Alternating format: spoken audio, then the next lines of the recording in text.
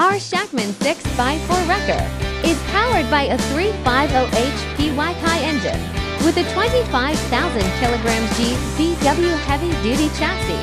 The upper structure features an XCMG GSQS400-5 ton 5-section telescopic stiff boom crane, delivering an 18.3 meters lifting height and a 15.5 meters working radius.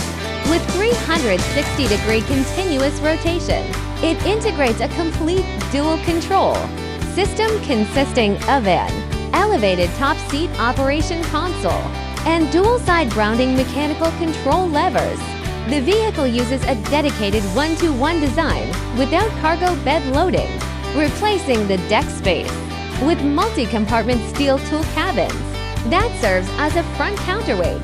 Towing capability is driven by an independent 3-section telescopic underlift, rated for 16-ton static lifting and 30-ton maximum towing capacity, stabilized by 4 hydraulic outriggers, including front H-type crane stabilizers and rear L-type wrecker stabilizers.